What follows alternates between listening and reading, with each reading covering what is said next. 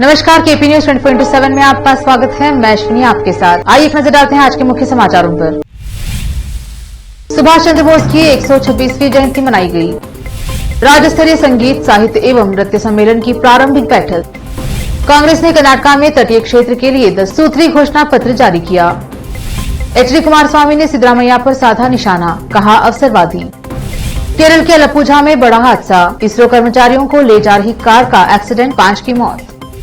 2024 लोकसभा चुनाव, यूपी में बीजेपी का मिशन 80/80 अखिलेश के इस दावे के बाद फेल हो जाएगा भाजपा का प्लान।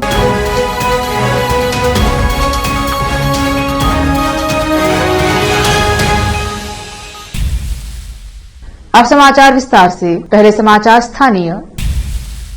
शहर के मंगलपेट में स्थित सुभाष चौक पर आज जय हिंद संगठन की ओर से सुभाष चंद्र बोस के पुतले पर विजयन भा ने माल्यार्पण कर सुभाष चंद्र बोस की 126वीं जयंती मनाई गई। जय हिंद संस्था के अध्यक्ष वीरू दिगवाल ने कहा कि सुभाष चंद्र बोस एक स्वतंत्रता सेनानी थे, एक बहादुर नेता थे जिन्होंने भारत की आजादी के लिए कड़ी मेहनत की और भारत देश के लिए अपना बलिदान दिया। जय हिंद संगठन के अध्यक्ष वीरू दिगवाल ने बताया कि भारत की मुद्रा पर सुभाष चंद्र बोस की तस्वीर लगाने के लिए केंद्र सरकार को भी पत्र लिखा गया है। इस मौके पर दत्तू गिरदार, देवेंद्र दिगवाल, अशोक इतागीकर, डॉक्टर शामराव, शेख इब्राहिम, जोशवा अजय, अभिषेक रेड्डी और अन्य उपस्थित रहे।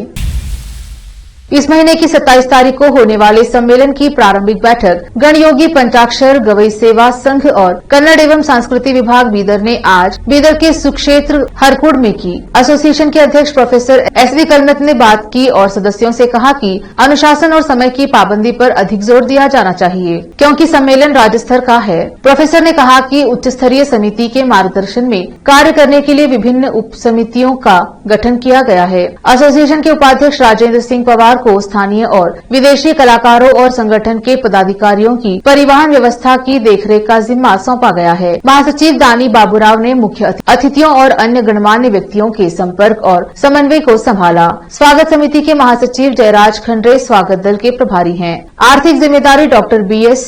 बिरादर को सौंपा गया है। मंच से जुड़ी सारी जिम्मेदारी धर्मराज और पंचाक्षर संभालेंगे। कार्यक्रम की मेजबानी और वर्णन निवलिंग पाटिल करेंगे। श्रीमती नितेश्वरी बेलमगी, वीरभद्रप्पा उप्पिन, जयदेवी अदलापुरे और रेवन्ना मोलगे द्वारा किया जाएगा।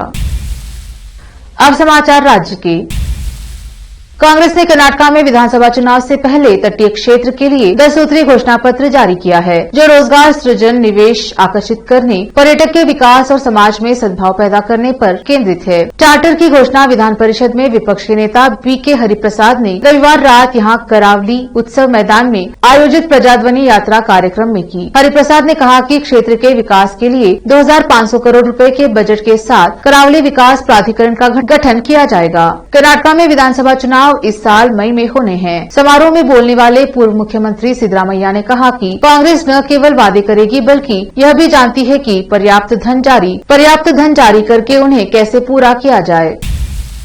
जनता दल एस के विधायक दल के नेता एच.डी. कुमारस्वामी ने अपने कांग्रेस समकक्ष पर निशाना साधते हुए कहा कि सिद्धरामैया एक राजनीतिक अवसरवादी हैं, जिन्होंने जयप्रकाश नारायण की विचारधारा का उल्लंघन किया और उन्हें पंचरत्न यात्रा की आलोचना करने का कोई नैतिक अधिकार नहीं है। कुमारस्वामी ने कार्यक्रम से इतर संवाददाताओं से कहा, सिद्धरामैया अपने राजनीतिक हितों को आगे बढ़ाने के लिए जयप्रकाश नारायण की विचारधारा को त्याग दिया है। आप एक राजनीतिक अवसरवादी हैं। वास्तव में हम बीजेपी की विरासत को आगे ले जा रहे हैं। अपने बीजेपी द्वारा बनाई गई पार्टी को मुख्यमंत्री बनने के लिए छोड़ दिया। मुद्दे बिहार विधानसभा क्षेत्र के बालावत में पंचरत्न यात्रा। कुमारस्वामी ने सिद्धरामैया पर निशाना साधते हुए कहा, आप और आपकी पार्टी भाजपा से बहुत अलग नहीं है। आपकी सरकार ने कई अनियमितताएं की हैं। आपने मेरे सवालों का जवाब नहीं दिया। मुझे आपसे सबक सीखने की जरूरत नहीं है।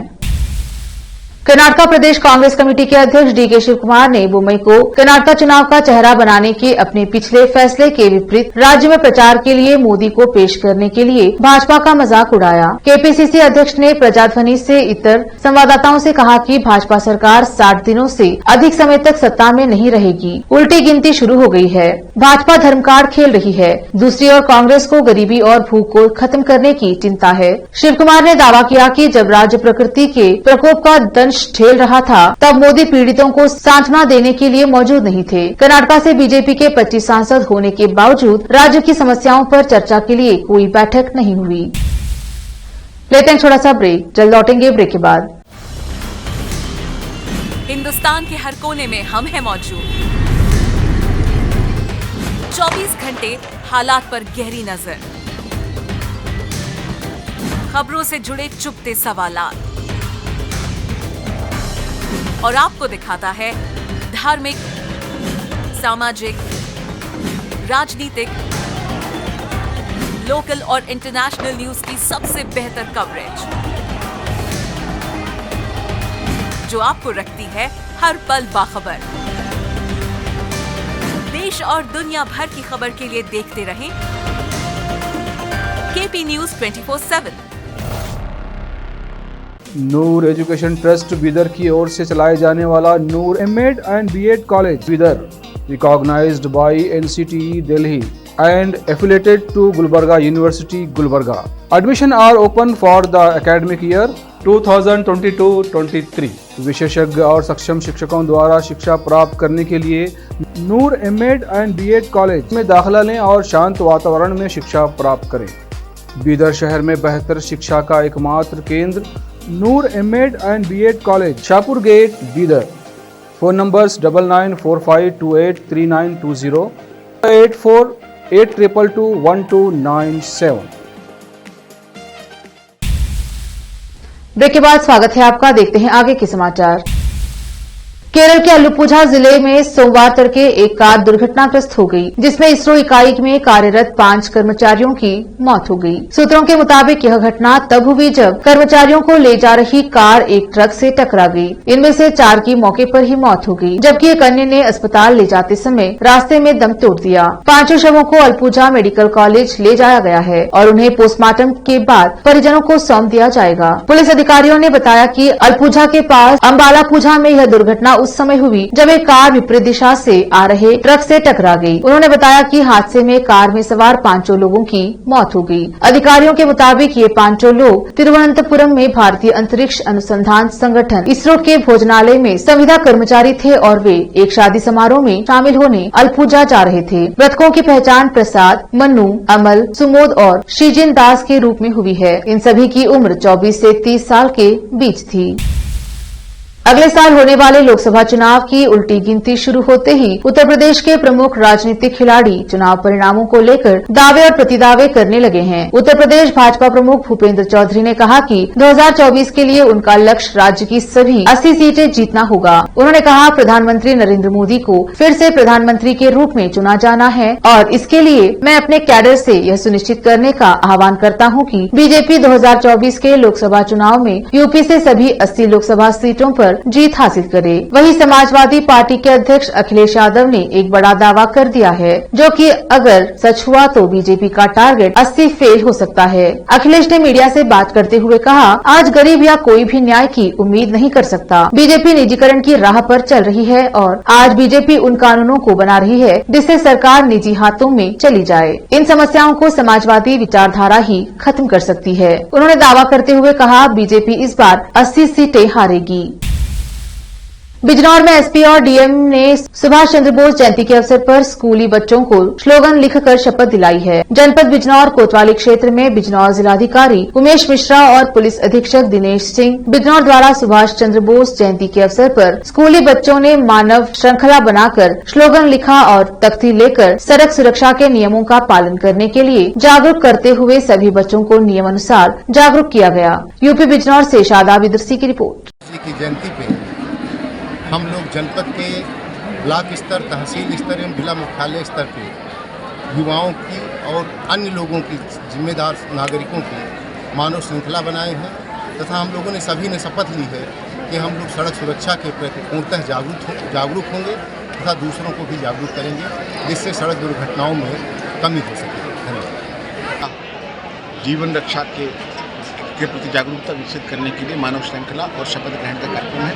आज हमने बिजनौर में बिहार सरकार में भूमि सुधार मंत्री एवं राजस्व मंत्री आलोक मेहता आरक्षण ने सवर्णों को लेकर विवादित बयान दिया है। भागलपुर में एक सभा के दौरान आलोक मेहता ने कहा कि देश में 10% वाले लोग अंग्रेजों के दलाल हैं। उन्हें अंग्रेजों ने जाते वक्त सैकड़ों जमीन देकर जमींदार बना दिया, जबकि मेहनत मजदूरी करने वाले आज तक भूमिहीन हैं। उन्हें समाज में कोई सम्मान नहीं मिलता।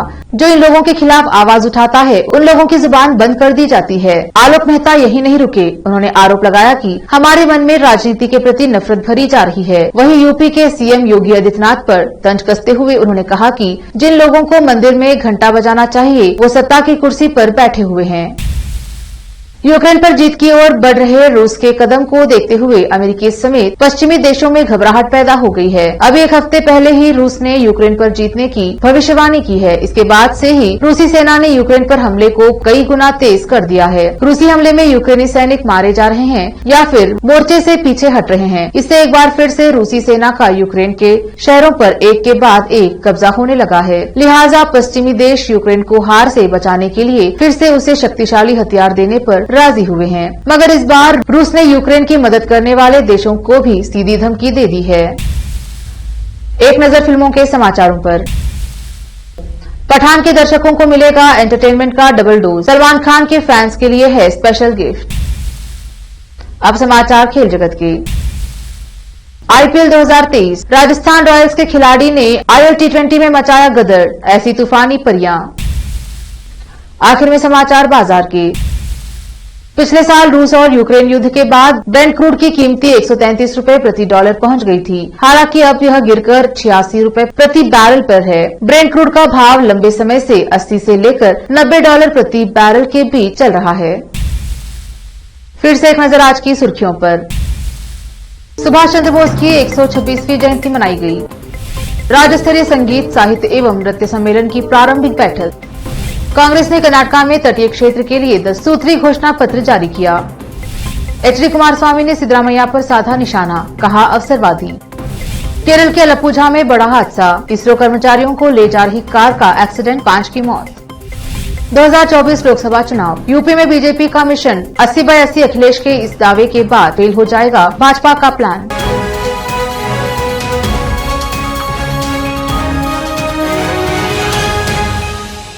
केपी न्यूज के 6 बजे के बुलेटिन में आज इतना ही। देखते रहिए केपी न्यूज 24/7। धन्यवाद।